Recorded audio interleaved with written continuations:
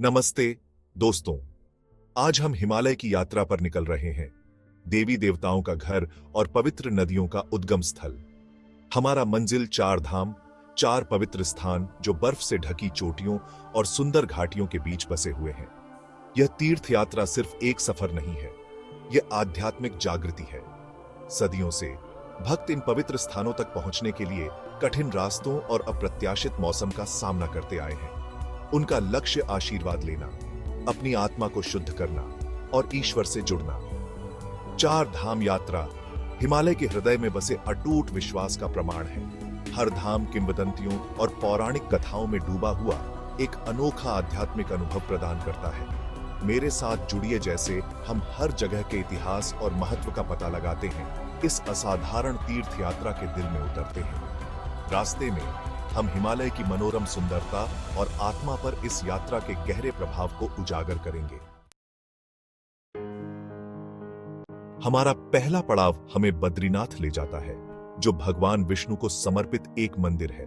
यह मंदिर न केवल धार्मिक महत्व रखता है, बल्कि इसकी स्थापत्य कला भी अद्वितीय है। अलकनंदा नदी के तट पर स्थित मंदिर का चमकीले रंग का रूप आसपास के पहाड़ों की सुंदरता के सामने अलग दिखाई देता है। यह दृश्य मन को शांति और सुकून प्रदान करता है। किंवदंती है कि ब्रह्मांड के पालनहार भगवान विष्णु ने यहां बद्री या बेरी के पेड़ के रूप में ध्यान किया था। यह स्थान उनकी तपस्या का प्रतीक है। 8वीं शताब्दी में आदि शंकराचार्य द्वारा निर्मित इस मंदिर में विष्णु की एक काले पत्थर की मूर्ति है, जिसे बद्रीनाथ के रूप में पूजा जाता है। यह मूर्ति अत्यंत प्राचीन और पवित्र मानी जाती है। जीवन के सभी क्षेत्रों के तीर्थयात्री बद्रीनाथ आते हैं, आशीर्वाद और ईश्वर के दर्शन की कामना करते हैं। यहां आने वाले श्रद्धालुओं की आस्था और भक्ति अद्वितीय होती है। मंदिर की आध्यात्मिक आभा स्पष्ट है, जो शांति और सुख की भावना को प्रेरित करती है। यहाँ का वातावरण मन को शांति और आत्मा को संतोष प्रदान करता है। मंत्रों के जाप और मंदिर की घंटियों की आवाज हवा में भर जाती है, भक्ति का माहौल बना देती है। यह ध्वनियां मन को एक अद्वितीय शांति और सुकून प्रदान करती है। जैसे ही आप ईश्वर के सामने खड़े होते हैं, सदियों के विश्वास और भक्ति का भार आप पर छा जाता है। यह अनुभव आपको एक गहरे आध्यात्मिक अनुभव से भर देता है। यह अनुभव विनम्र और प्रेरणादायक दोनों है, जो आत्मा पर एक अमिट छाप छोड़ता है। यहाँ का हर पल एक नई प्रेरणा और आस्था का संचार करता है। हमारी यात्रा केदारनाथ तक जारी है, जो भगवान शिव का निवास स्थान है। यह स्थान न केवल धार्मिक महत्व रखता है, बल्कि इसकी प्राकृतिक सुंदरता भी अद्वितीय है। मंदाकिनी नदी के उद्गम स्थल के पास स्थित केदारनाथ 12 ज्योतिर्लिंगों में से एक है, जो भगवान शिव के तेजस्वी रूप का प्रतिनिधित्व करता है। यह नदी अपने पवित्र जल से इस स्थान को और भी पवित्र बनाती है।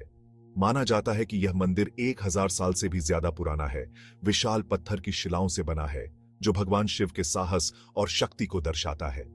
इन पत्थरों की संरचना और उनकी स्थापत्य कला अद्वितीय है।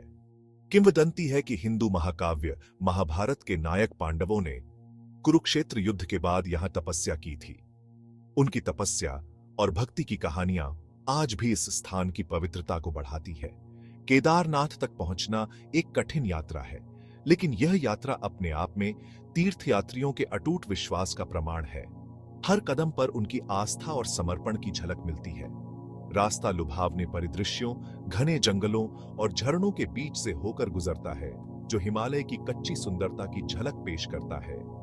यह यात्रा न केवल धार्मिक है, बल्कि एक प्राकृतिक अनुभव भी है। केदारनाथ में हवा पतली है, सन्नाटा गहरा है, केवल हवा की आवाज और तीर्थयात्रियों के जाप से टूटता है।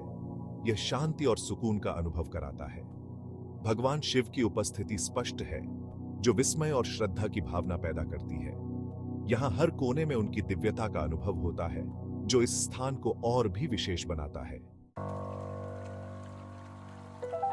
भाग 4, गंगोत्री, गंगा का उद्गम स्थल। हमारा अगला गंतव्य गंगोत्री है, जो पवित्र गंगा नदी का उद्गम स्थल है। यह स्थान न केवल धार्मिक महत्व रखता है, बल्कि यहाँ की प्राकृतिक सुंदरता भी अद्वितीय है। बर्फ से ढकी चोटियों के बीच स्थित गंगोत्री वह जगह है जहां माना जाता है कि देवी गंगा स्वर्ग से पृथ्वी पर उतरी थी। यहाँ की ऊंची ऊंची पहाड़ियां और शांत वातावरण मन को शांति प्रदान करते हैं। गंगोत्री मंदिर एक सुंदर सफेद संरचना भागीरथी नदी के तट पर स्थित है, जो गंगा की उद्गम धारा है। इस मंदिर की वास्तुकला और इसके आसपास का वातावरण दोनों ही अद्भुत है। ऐसा माना जाता है कि गंगोत्री में गंगा के बर्फीले पानी में स्नान करने से पाप धुल जाते हैं और आत्मा पवित्र हो जाती है। यहाँ हर साल हजारों श्रद्धालु आते हैं, जो इस पवित्र जल में स्नान कर अपने जीवन को धन्य मानते हैं।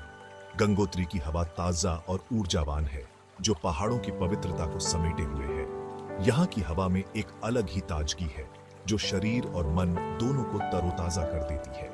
भागीरथी नदी की गर्जना घाटी में गूंजती है, जो प्रकृति की शक्ति और जीवनदायिनी शक्ति की याद दिलाती है।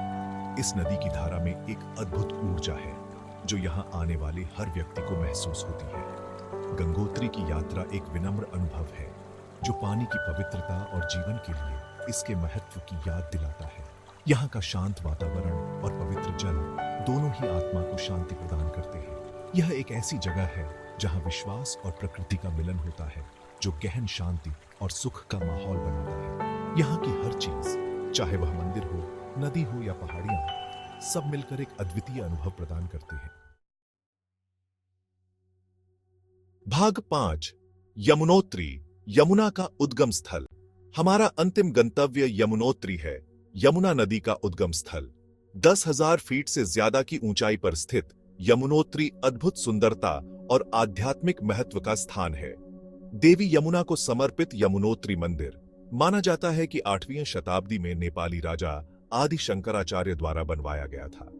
कहा जाता है कि मंदिर के पास गर्म झरनों में स्नान करने से बीमारियां ठीक हो जाती हैं और शरीर तंदुरुस्त हो जाता है। यमुनोत्री की यात्रा धीरज की परीक्षा है, लेकिन इसका फल अतुलनीय है। रास्ता घने जंगलों, जंगली फूलों से सजे घास के मैदानों और ऊंची चोटियों से होकर गुजरता है, जो आसमान को छूती हुई प्रतीत होती है। यमुनोत्री में हवा पतली और ताजा है, सन्नाटा केवल हवा की आवाज और यमुना नदी की गड़गड़ाहट से टूटता है। यह एक ऐसी जगह है जहां व्यक्ति वास्तव में प्रकृति से जुड़ सकता है और हिमालय की अद्भुत शक्ति का अनुभव कर सकता है।